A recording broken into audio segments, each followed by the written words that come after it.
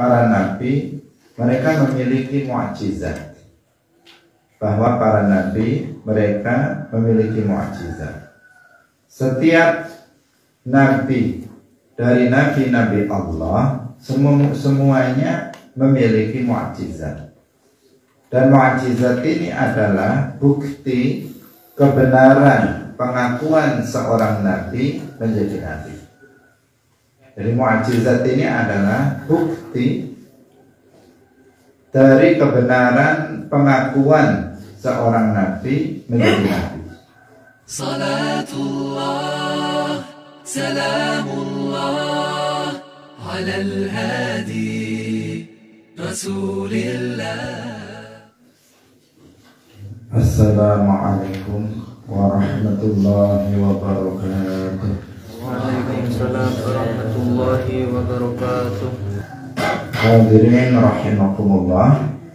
Mari kita ikhlaskan niat kita ngaji di majelis ini semata-mata lillahi ta'ala.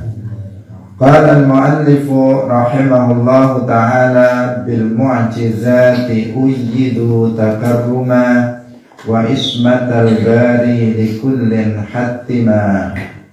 Bil mu'jizati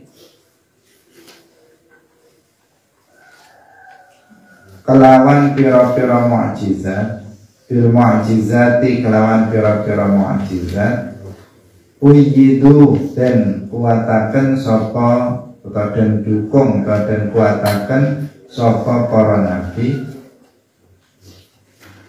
takarruman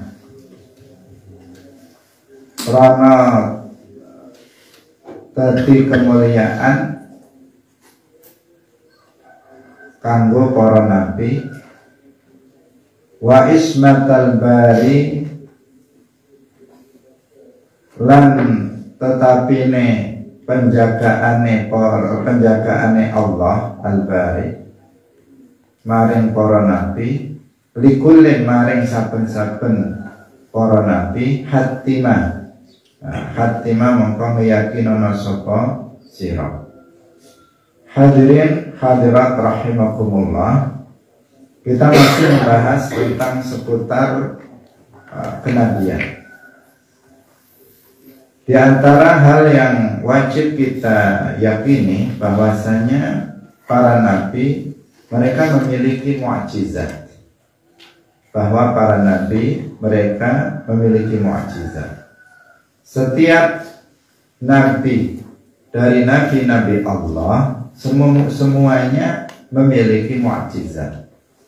Dan mukjizat ini adalah bukti kebenaran pengakuan seorang nabi menjadi nabi. Jadi mukjizat ini adalah bukti dari kebenaran pengakuan seorang nabi menjadi nabi. Ketika ada seseorang mengaku menjadi seorang nabi, kemudian mukjizat datang padanya, ada pada dirinya, maka itu membuktikan bahwa pengakuan seseorang yang menjadi nabi itu adalah pengakuan yang benar, bahwa dia memang betul-betul seorang nabi, bukan sekedar mengaku-ngaku saja sebagai seorang nabi. Karena jika seseorang itu hanya sekedar mengaku-ngaku saja sebagai seorang nabi, maka tidak akan ada mukjizat pada dirinya. Bahkan yang ada bisa hal yang sebaliknya. Seperti yang terjadi misalnya pada Musailimah al-Kadzdzab laknatullah alaih. Ketika dia mengaku-ngaku sebagai seorang nabi, kemudian ada salah satu orang dari pengikutnya yang matanya buta sebelah. Matanya buta sebelah, dia datang agar minta untuk disembuhkan, untuk diobati. Kemudian oleh Musailimah al-Kadzdzab, matanya ini diusap dengan tujuan nanti biar sembuh dari kebutaannya. Ternyata ketika diusap matanya, bukan tambah sembuh, mata sebelahnya tambah buta juga. Jadi awalnya itu yang buta sebelah, ketika dia minta Musailimah agar mengobatinya, karena dia mengaku sebagai nabi, mungkin ada mukjizat pada dirinya. Ternyata ketika dia mengusap mata orang yang matanya buta sebelah, yang sebelahnya lagi yang tadi sehat tambah buta sekalian. Nah ini kan berarti apa?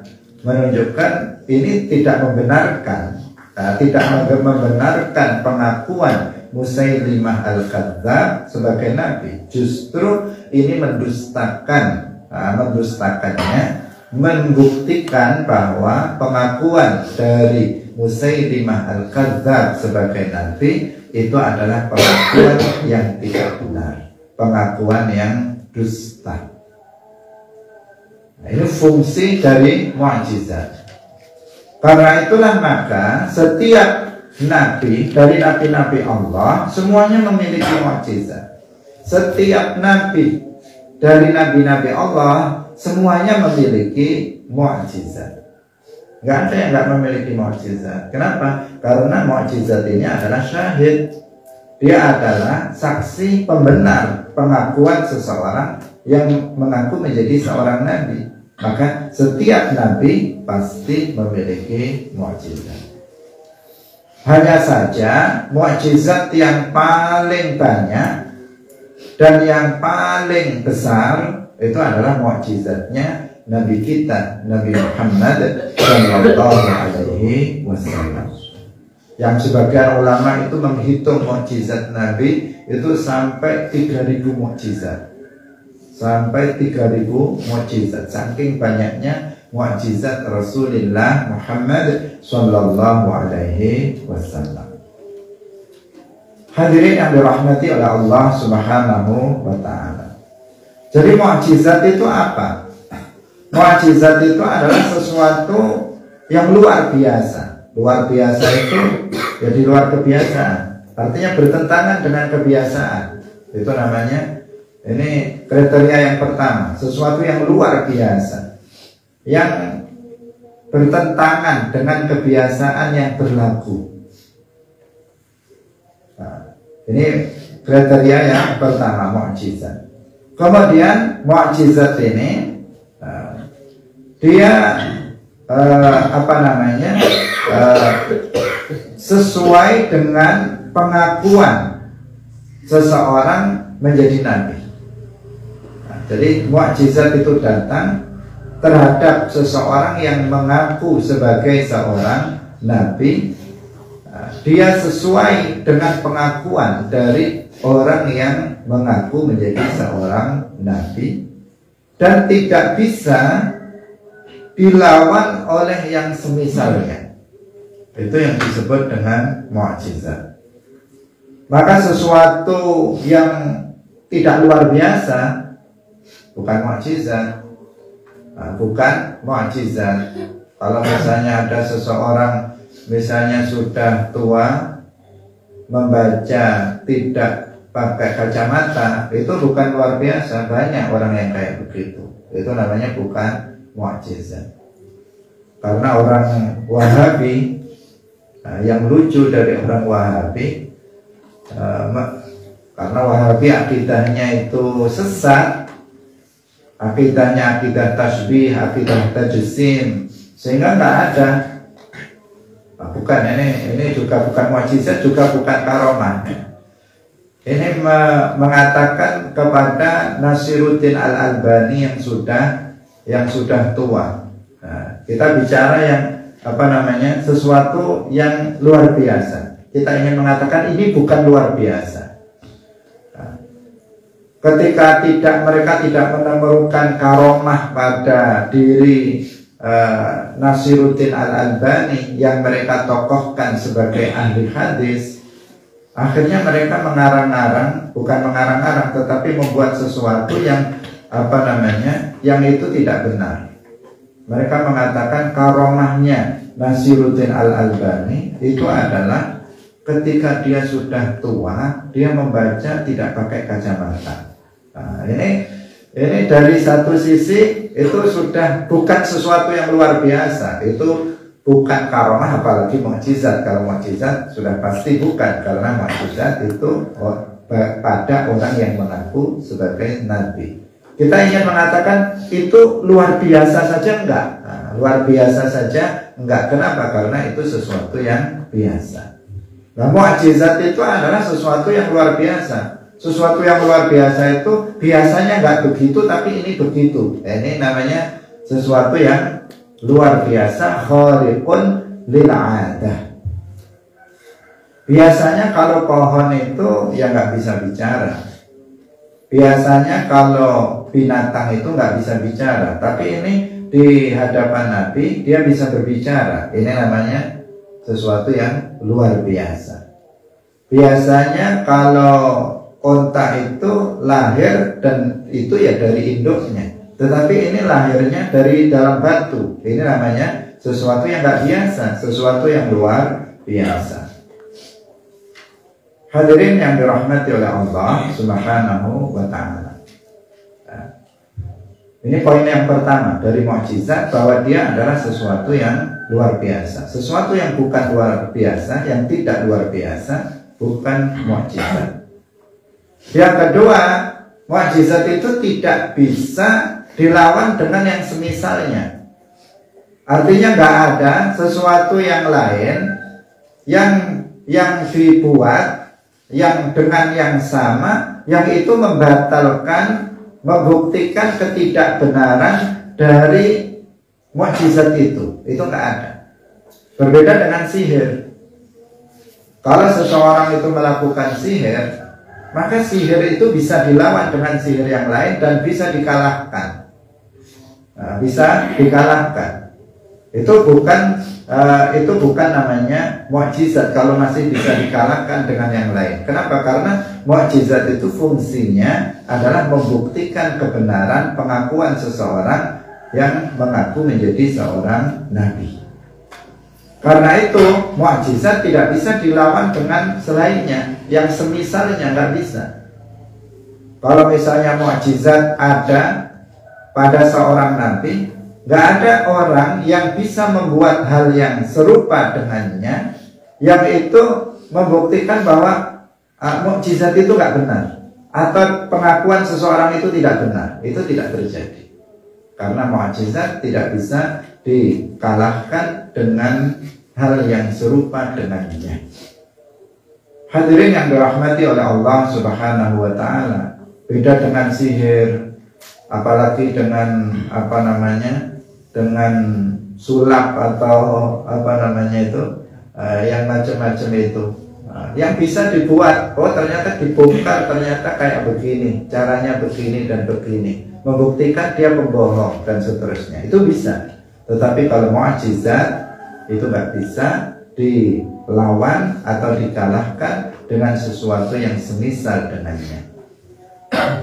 Hadirin yang dirahmati oleh Allah Subhanahu wa ta'ala.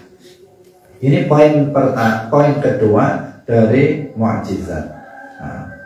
Bahwa dia itu tidak bisa untuk dikalahkan dengan sesuatu yang semisalnya. Hadirin yang dirahmati oleh Allah Subhanahu wa ta'ala. Kemudian mukjizat para nabi ini ada dua macam. Ada dua macam.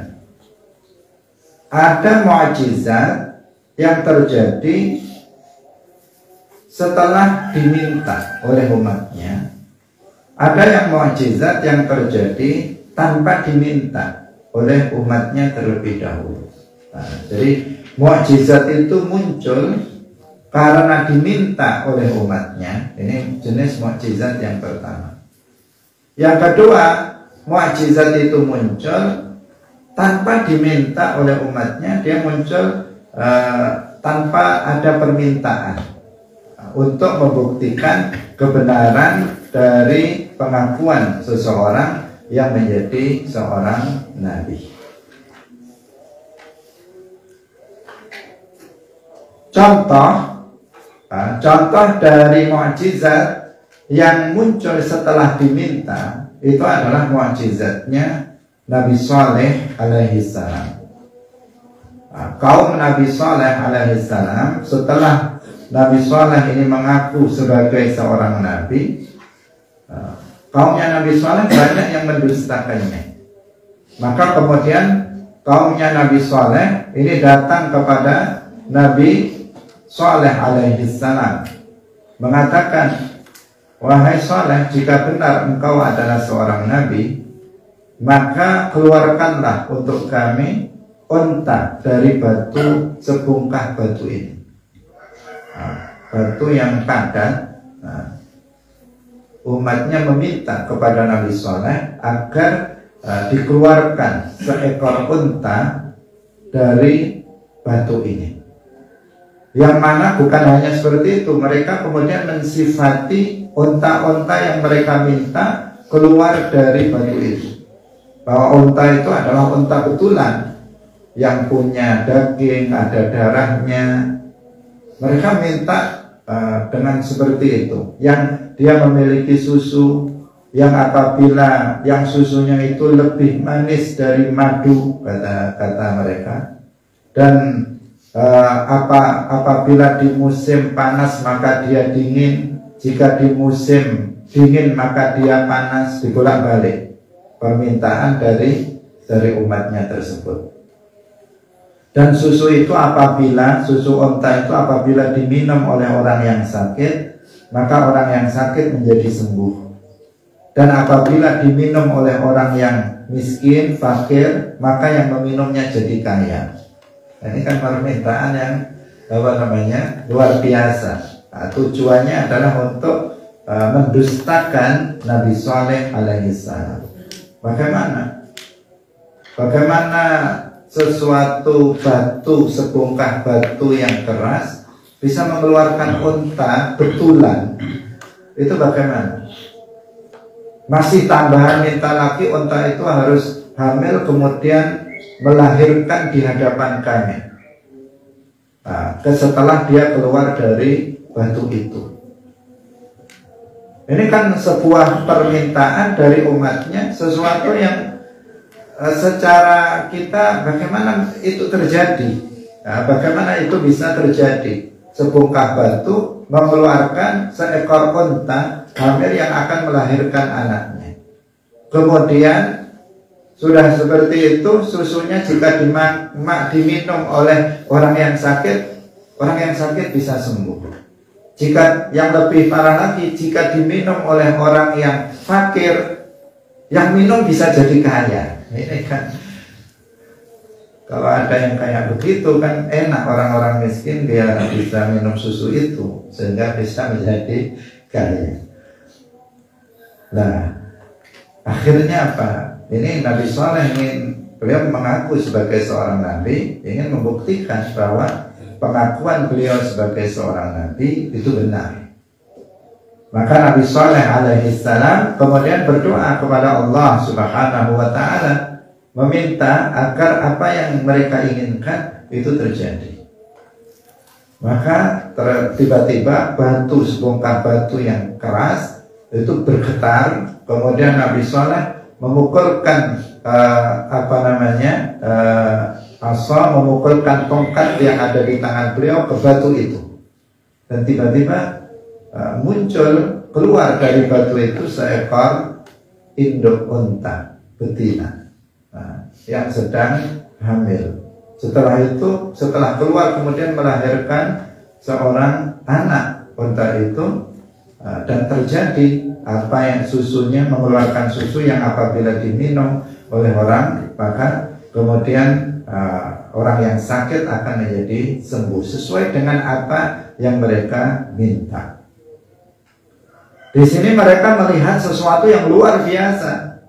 Sesuatu yang luar biasa ini bukan sesuatu yang biasa, hal yang kayak begitu. Mereka bermaksud ingin mendustakan Nabi Saleh alaihissalam, tetapi fakta membuktikan kepada mereka bahwa Nabi Saleh memang betul-betul seorang nabi, bahwa pengakuannya sebagai seorang nabi itu adalah sesuatu yang benar.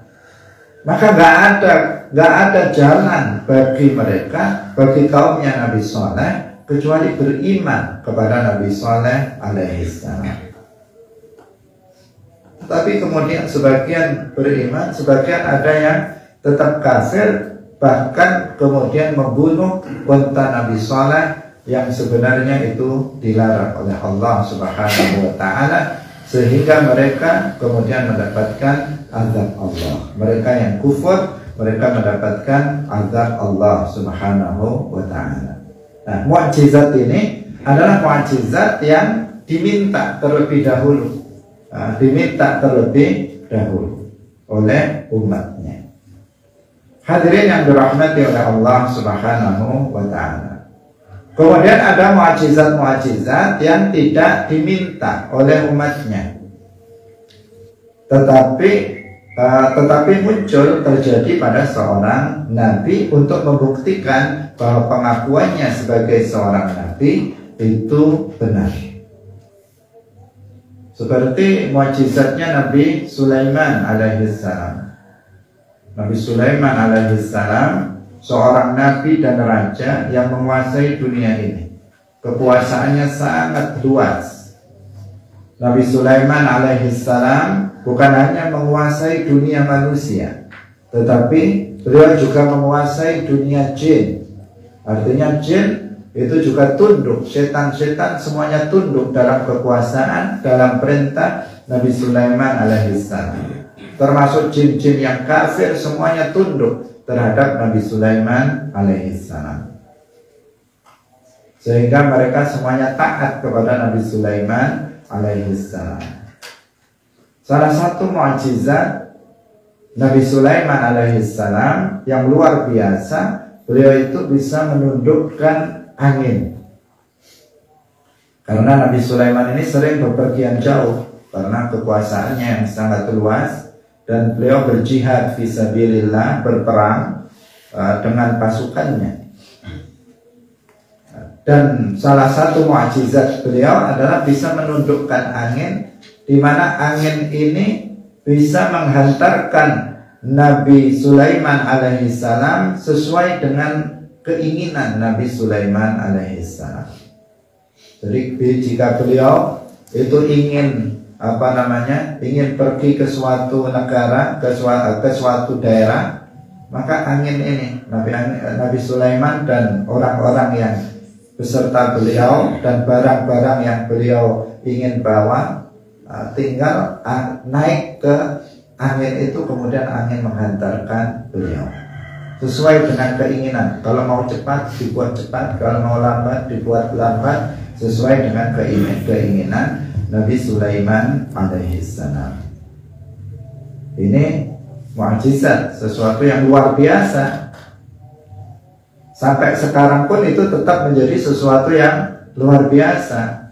Kalau orang misalnya bepergian jauh dengan pesawat, itu jelas ada alatnya yang dibuat sedemikian rupa. Tetapi ini adalah dengan angin yang tunduk kepada Nabi Sulaiman alaihissalam, mengantarkan Nabi Sulaiman kemana saja Nabi Sulaiman alaihissalam itu menginginkannya. Hadirin yang dirahmati oleh Allah Subhanahu wa Ta'ala, dalam Al-Quran disebutkan wali Sulaiman ar-riha 'asifatan tajri bi amrihi ilal ardi allati barakna fiha. Dalam ayat yang lain disebutkan wali Sulaiman ar-riha ghuduwuha syahru wa rawahuha syahr. Dalam ayat yang lain disebutkan fasakharna lahu riha tajri bi amrihi ruha'an haitsu asabat. Hadirin yang dirahmati oleh Allah Subhanahu wa Ta'ala. Contoh mukjizat yang lain adalah mukjizatnya Nabi Musa alaihissalam. Berupa apa mukjizatnya Nabi Musa alaihissalam? Berupa tongkat, aso. Beliau memiliki tongkat yang luar biasa. Bukan tongkat biasa, tetapi tongkat yang luar biasa, di mana tongkat ini memiliki keajaiban yang luar biasa. Yang pertama, ketika Fir'aun la'natullah alaih mengumpulkan para tukang sihirnya untuk dihadapkan kepada Nabi Musa alaihi salam.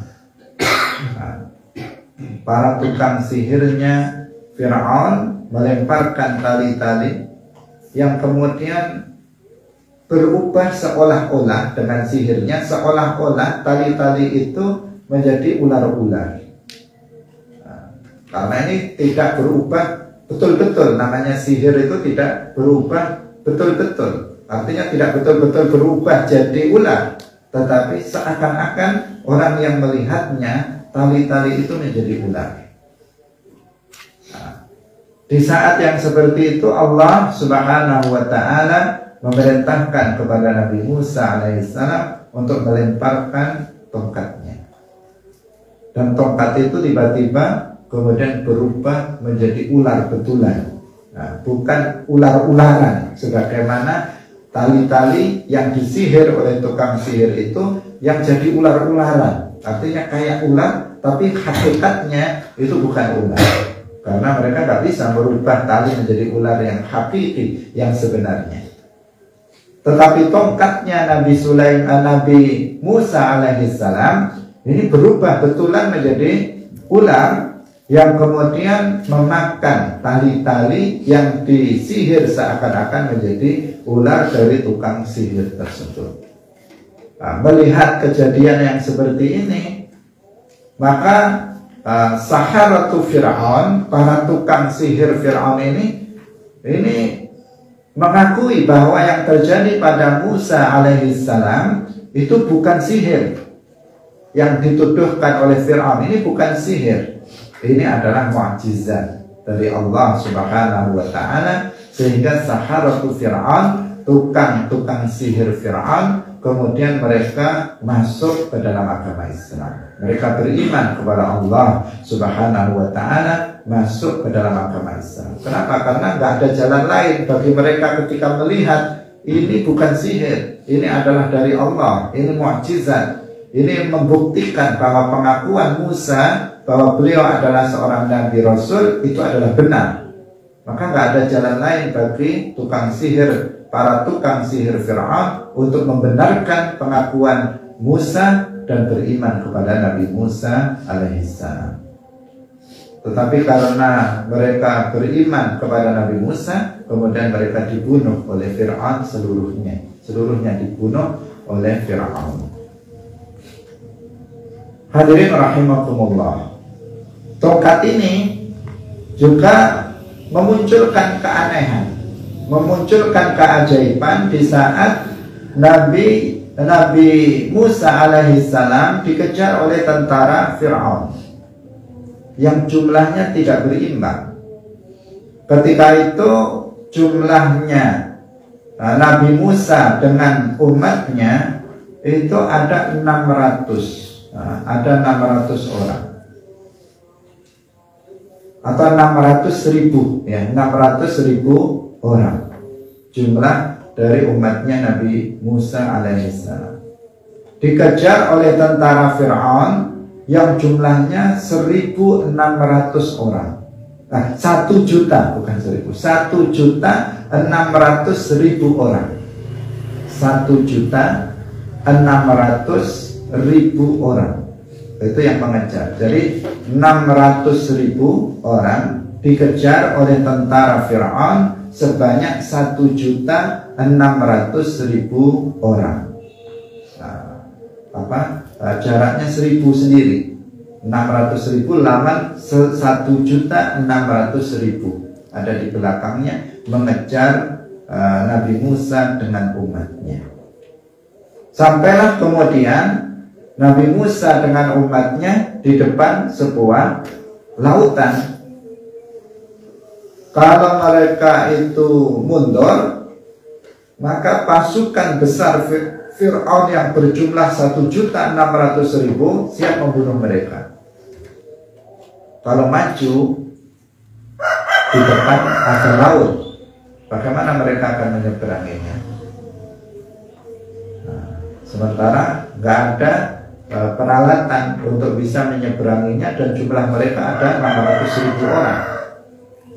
Di saat itu Allah Subhanahu wa Ta'ala memerintahkan kepada Nabi Musa alaihissalam untuk memukulkan tongkatnya. Di dalam Al-Quran disebutkan fa'auhayna ila Musa an idrib bi'ashakal bahr fanfalaqa fakana kullu firqin qatawdil azim wa azlafna thammal akhirin wa anjayna Musa wa man ma'ahu ajma'in thumma aghraqna al-akhirin. Ketika tongkat itu dipukulkan ke laut, maka tiba-tiba lautan itu, air itu kemudian membelah, membelah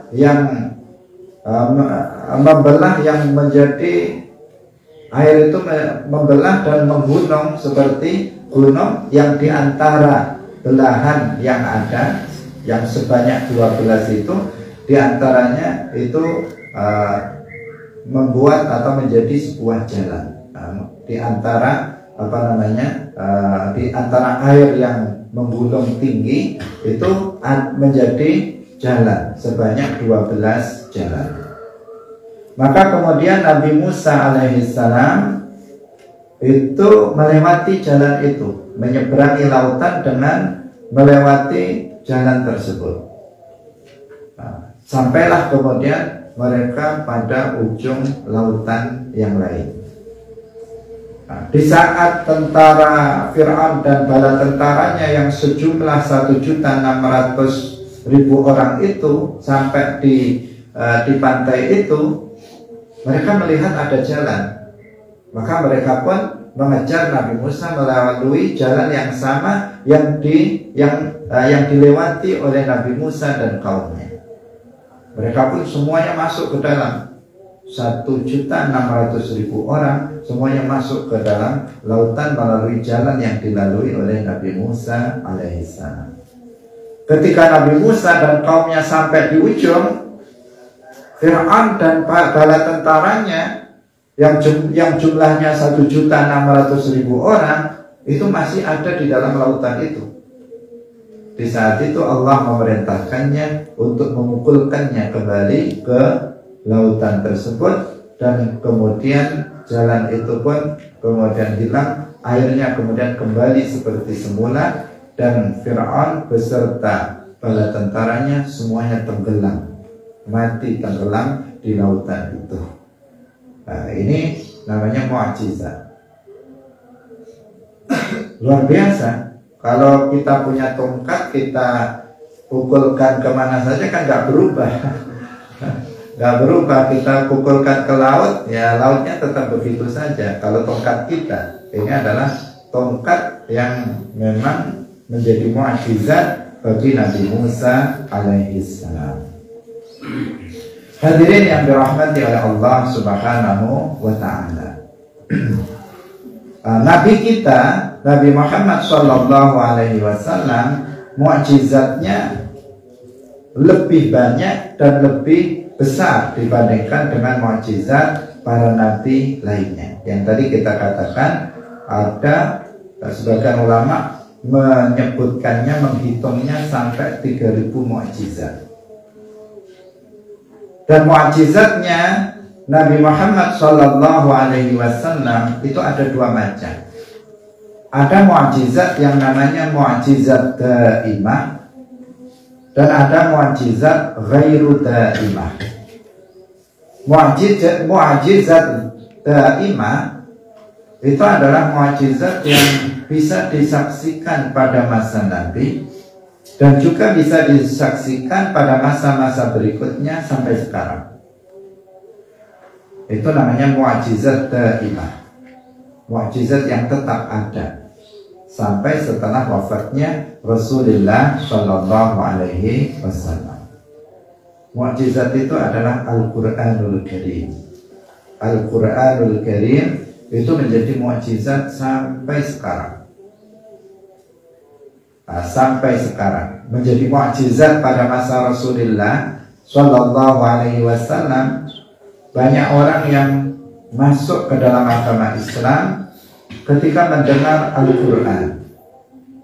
Kenapa? Karena Al-Quran itu luar biasa, sesuatu yang luar biasa. Orang-orang Al-Quran ketika itu turun di saat bahasa Arab mencapai puncaknya. Artinya orang-orang Arab ketika itu mencapai kemajuan sastra Arab yang tertinggi, sehingga banyak orang yang ahli-ahli dalam bahasa Arab membuat syair-syair, membuat sastra-sastra Arab yang yang balaghahnya sangat tinggi. Tetapi ketika Al-Quran itu turun, maka mereka mengakui Al-Quran bahwa mereka tidak bisa menandingi Al-Quran itu.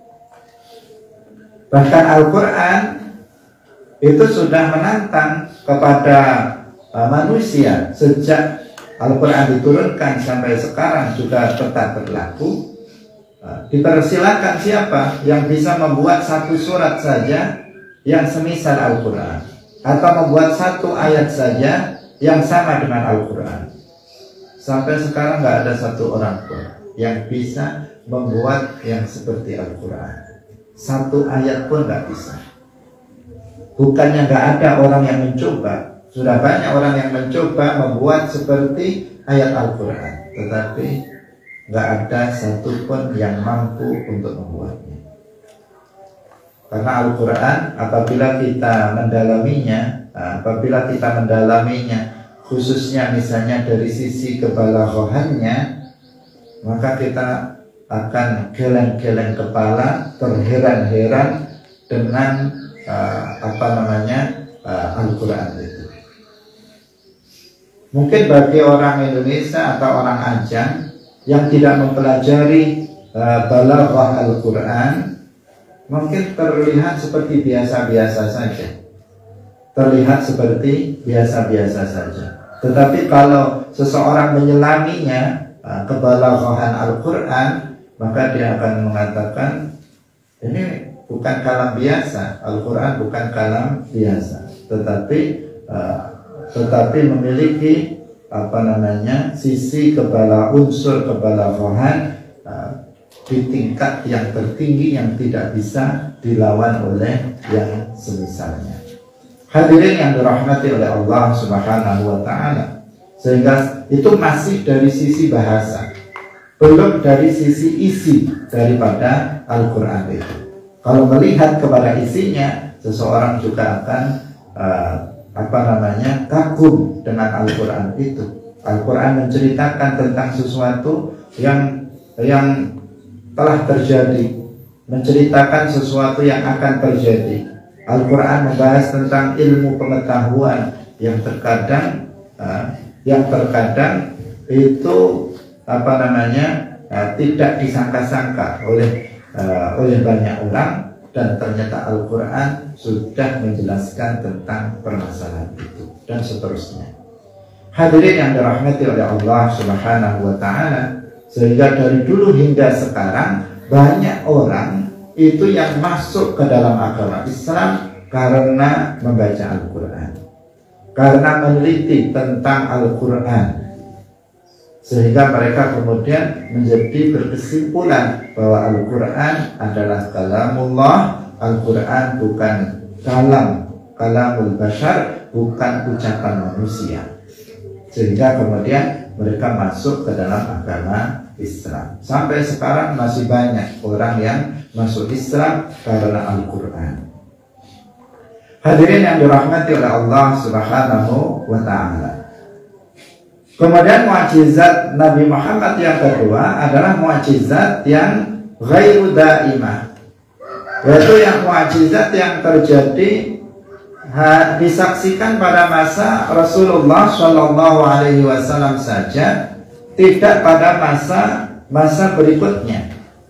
Tetapi kita mendengar mukjizat itu, artinya itu melalui hadis-hadis Rasulullah Shallallahu Alaihi Wasallam kita mengetahui adanya mukjizat tersebut.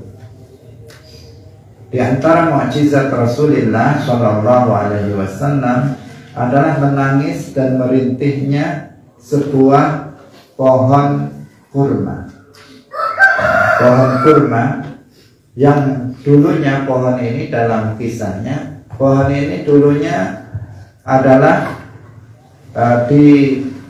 dipegang oleh Rasulullah Shallallahu Alaihi Wasallam ketika beliau berkhutbah. Jadi ketika di saat beliau berkhutbah, beliau memegang pohon kurma itu. Tetapi kemudian para sahabat menawarkan kepada Rasulullah Shallallahu Alaihi Wasallam untuk dibuatkan sebuah mimbar agar Nabi kalau khutbah itu berada di mimbar itu. Rasulullah menyetujuinya sehingga kemudian dibuatkanlah mimbar untuk Nabi, dan Nabi pun setiap kali beliau khutbah sekarang berganti di mimbar itu. Suatu ketika beliau sedang berkhutbah, tiba-tiba terdengar suara tangisan, merintih. Ketika dicari sumber suara, ternyata itu berasal dari pohon kurma. Pohon kurma itu ternyata menangis, merintih karena rindu kepada Rasulullah Shallallahu Alaihi Wasallam. Rindu untuk disentuh oleh Rasulullah Shallallahu Alaihi Wasallam. Maka kemudian Rasulullah mendekat pohon kurma itu dan kemudian berhenti menangis. Ini sesuatu yang luar biasa, sesuatu yang luar biasa. Gak ada pohon itu bisa menangis. Pohon itu adalah benda mati, tidak punya ruh, tidak memiliki ruh, tetapi dia bisa merintih dan menangis di hadapan Rasulullah Shallallahu Alaihi Wasallam.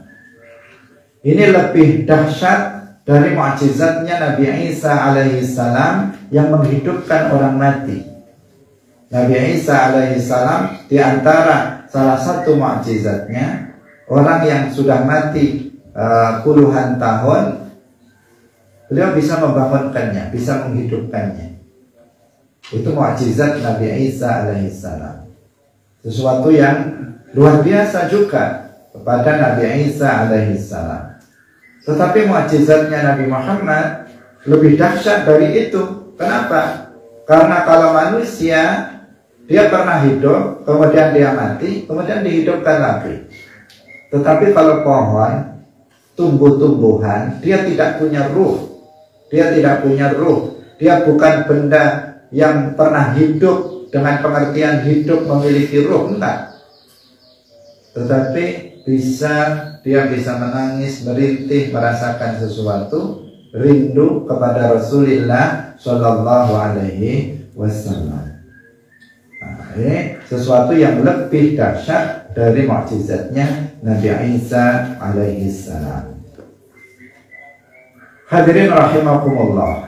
Di antara mukjizat Rasulullah Shallallahu Alaihi Wasallam yang lainnya, bahwa air itu bisa mengalir dari jari-jarinya, dari jari-jari Rasulullah Shallallahu Alaihi Wasallam.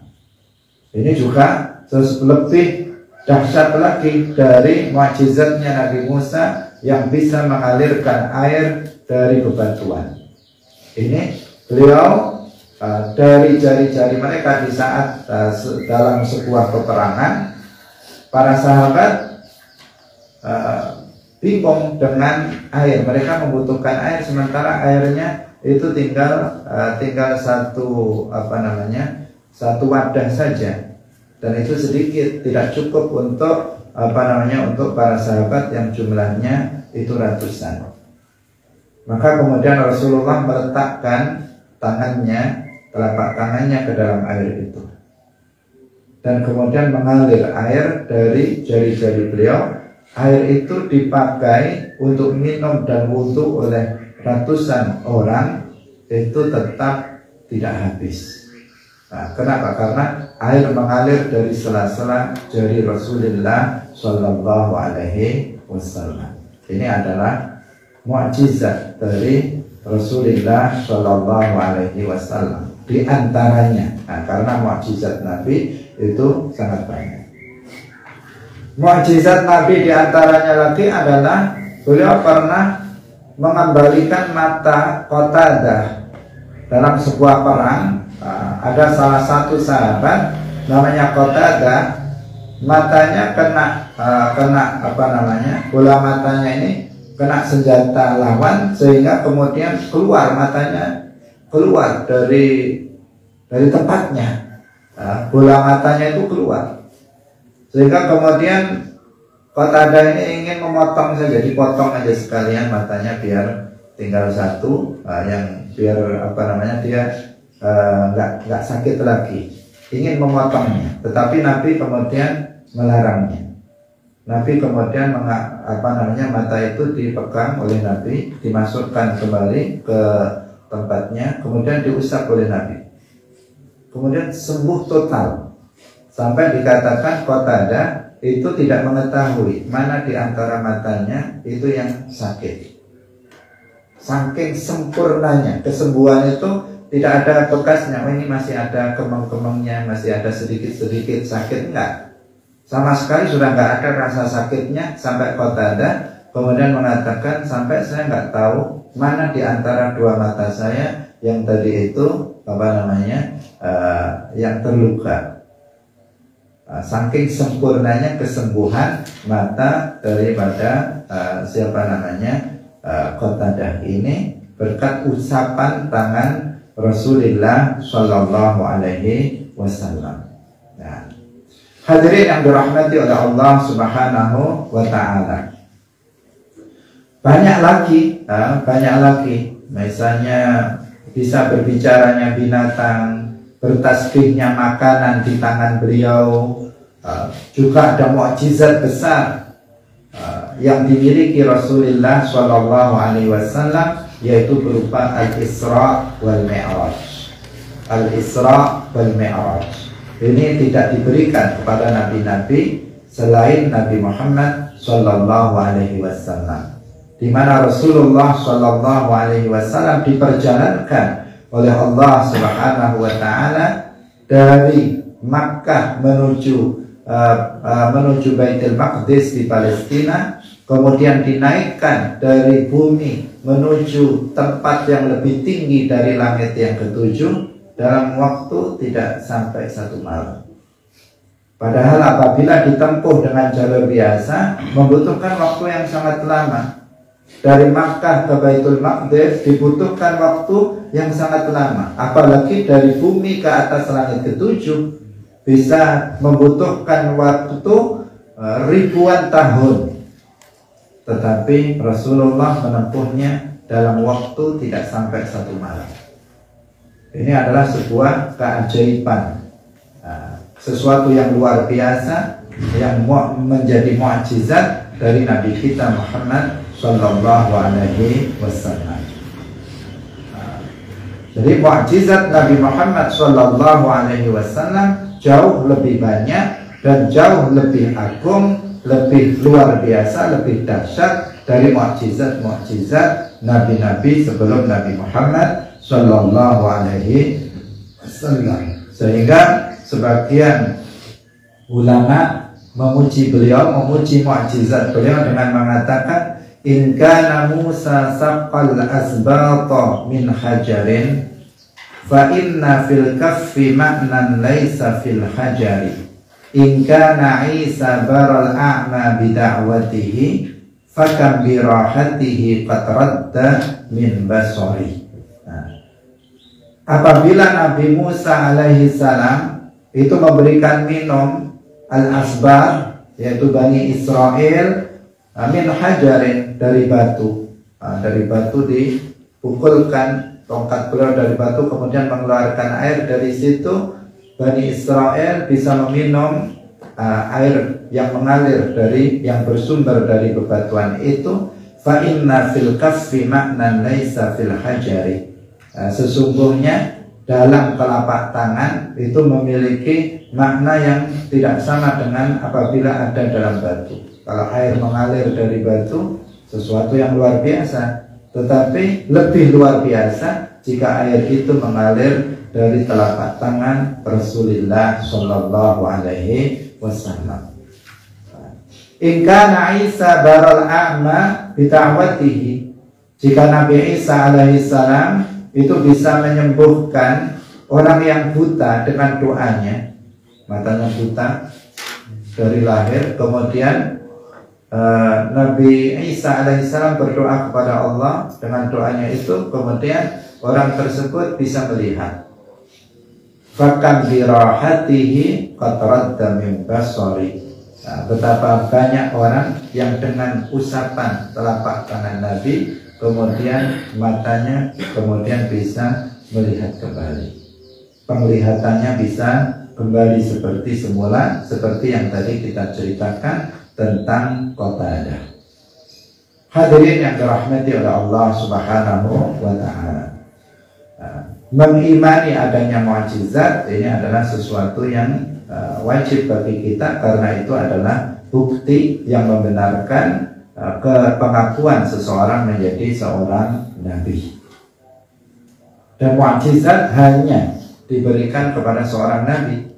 Nah, karena itu waspadai terhadap ucapan-ucapan yang keliru yang terkadang ada di dalam kehidupan sehari-hari diucapkan oleh sebagian orang, atau ada di sinetron-sinetron atau di film-film yang mereka mengatakan ketika salah satu keluarganya itu sakit parah, kemudian dokter sudah angkat tangan, nggak bisa mengobatinya, kemudian mengatakan dokternya, kita tinggal menunggu mukjizat dari Allah, katanya. Nah, ini sesuatu yang tidak benar. Mukjizat itu tidak diberikan kepada orang biasa. Mukjizat itu adalah kekhususan untuk para nabi.